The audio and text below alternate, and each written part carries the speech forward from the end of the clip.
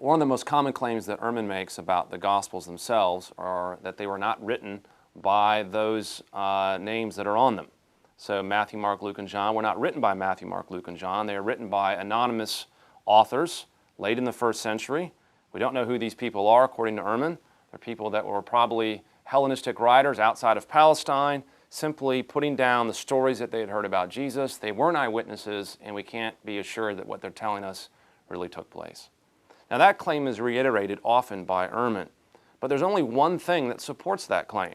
And that only thing that supports that claim is that in the Gospels themselves, they're what we call formally anonymous. What that means is in the text itself, it doesn't say John wrote this or Matthew wrote this. So if you read a letter of Paul, it does tell you that Paul's name's attached to it, but the Gospels are formally anonymous. Now, should that be a concern? Well, actually not. When we think about ancient biographies often were formally anonymous. So the Gospels, leaving the names of the author outside the text formally, is not at all unusual. So then how do you know who wrote these books? Well, several ways that we conclude that the authors that wrote them are Matthew, Mark, Luke, and John, and it's simply this. First, the titles of the books. One of the things that Ehrman wants to claim is that the titles that are attached to these documents were added late, probably well into the 2nd century, if not late 2nd century. That's when these titles were added. But that runs into a number of problems.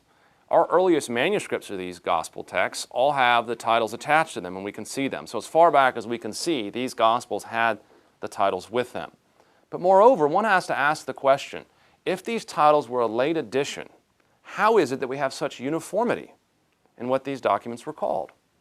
If Matthew's gospel, for example, wasn't called Matthew's gospel until late in the 2nd century, then why don't we have a number of copies of Matthew's gospels with different titles, with different names? In fact, we don't possess that. What we find is incredible uniformity across the board of the titles of these gospels. Matthew's gospel is called Matthew, Mark's is called Mark's. It's amazingly consistent, something we would not expect if the titles were added later. Another thing that indicates the titles were added early is the fact that we have Mark and Luke included in the list of titles. One of the things that we know was happening in the 2nd century is that when apocryphal gospels were written, often titles would be picked that had some of the most popular names attached to them. So you have something like the Gospel of Peter, which was an apocryphal gospel. People wanted to attach the most popular apostles' names to their gospels to try to give them extra sort of authority. So if names were arbitrarily chosen for these Gospels in the 2nd century, why would they pick Mark and Luke? These were hardly the most popular figures in early Christianity. There's no reason to think that that would have been an extra boost for any particular Gospel. These aren't the names we would expect to be picked if, in fact, they were arbitrarily picked in the middle to late 2nd century. In fact, we know from other sources that Mark's Gospel is actually the testimony of Peter.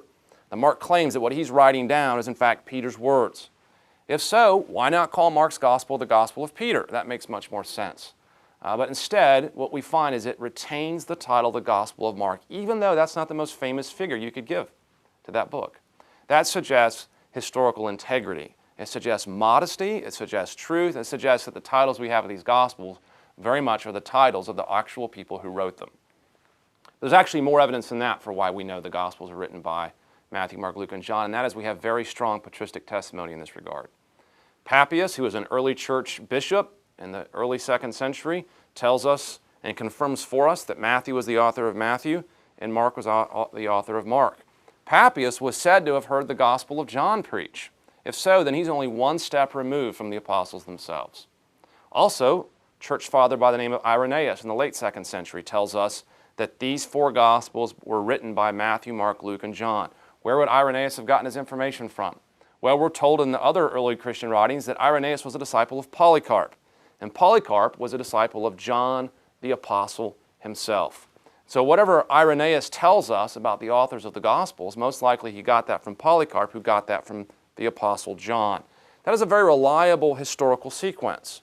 There are very good reasons to think that Irenaeus knows better who the Gospel authors are than modern scholars. And so if we take him at his word, we have every reason to think the Gospels are written by the names that are attached to them: Matthew, Mark, Luke, and John.